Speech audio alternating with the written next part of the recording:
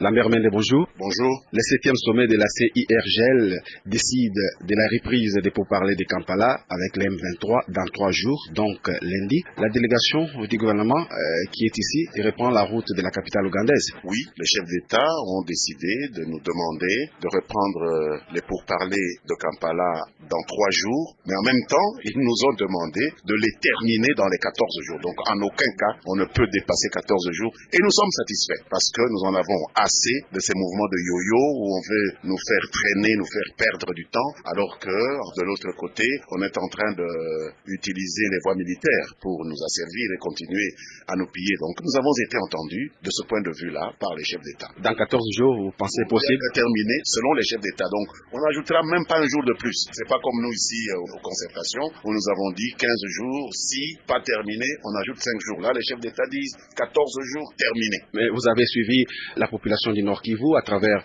son gouverneur dire niet aux négociations avec l'M23 parce que les FARDC ont les vents en poupe sur le terrain. L'addition de la CIRGL ne vous met-elle pas en difficulté avec la population du Nord Kivu? Mais non, pas du tout. Nous avons tous la même position que la population du Nord Kivu. Nous ne voulons pas donner une chance à des malfaiteurs. Hélas, une guerre, ça se termine toujours sur une table de négociation. Nous sommes le gouvernement pour faire des choses et la population a le droit de nous dire ce qu'elle pense. Mais en termes de responsabilité, ce sont les institutions qui ont le mandat de prendre la décision. Nous avons commencé une chose, je pense que 14 jours pour la terminer, ce n'est pas la fin du monde et notre peuple qui est au Kivu le comprend très bien. Les sommets appellent l'M23 à cesser toute activité de guerre et à cesser des menaces contre les gouvernements légitimes de la RDC. Mais cette recommandation n'est pas nouvelle. Elle a été du 6e sommet tenu à Nairobi le 31 juillet dernier.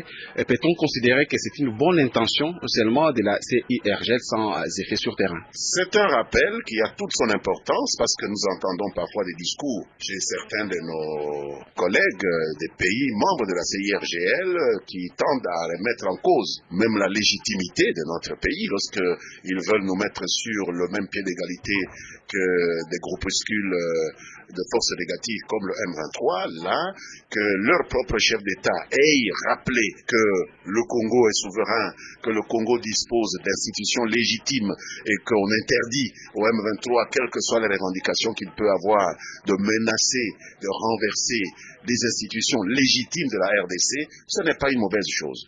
Ce n'est pas une mauvaise chose aussi vis-à-vis même de certains de nos compatriotes qui ont tendance à écouter plus les voix qui viennent de l'extérieur, qui croyaient jusque-là que la légitimité de notre gouvernement, de notre président était remise en cause je ne sais où par l'extérieur, que les pays de la CIRGL leur rappellent à eux aussi qu'il y a ici des institutions légitimes. Donc, j'espère que tous ces gens qui ont la tête et l'esprit tournés vers l'extérieur comprendront qu'il est inutile de commencer à disputer la légitimité du gouvernement, du président ou d'autres institutions, puisque le monde entier reconnaît cette légitimité. Dernière question, pourquoi le gouvernement congolais ne demande-t-il pas à la CIRGL d'exiger aussi les Rwandais et l'Ouganda d'écouter ou de dialoguer avec les rébellions respectives, notamment les LRA et les FDLR? Je pense que cela a été déjà dit, mais nous pensons être beaucoup plus intéressés par ce qui se passe en République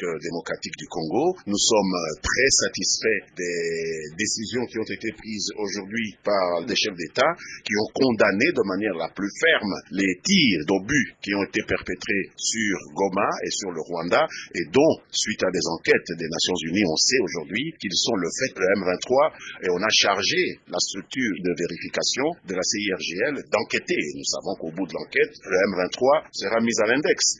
Les chefs d'État qui ont également décidé de condamner toutes les attaques contre les populations civiles, qui ont bien sûr ordonné la reprise de ces pourparlers que nous n'avons jamais refusé de continuer, mais en les limitant dans le temps conformément à ce que nous avons voulu et surtout qui nous ont simplement demandé d'avoir une attitude de retenue, mais ne nous ont pas demandé un cessez-le-feu. Donc, les forces armées de la République et les partenaires de la MONUSCO ont la possibilité de continuer. Et d'ailleurs, ils demandent, le chef d'État, formellement à la brigade internationale qui agit avec les FARDC de maintenir la pression sur les M23, c'est cité comme ça, et tous les autres groupes armés qui opèrent dans la région pour qu'ils cessent leurs activités de guerre. Je pense que c'est important que nos populations entendent cela. Lambert Mende, merci d'avoir répondu à nos questions. C'est moi qui vous remercie.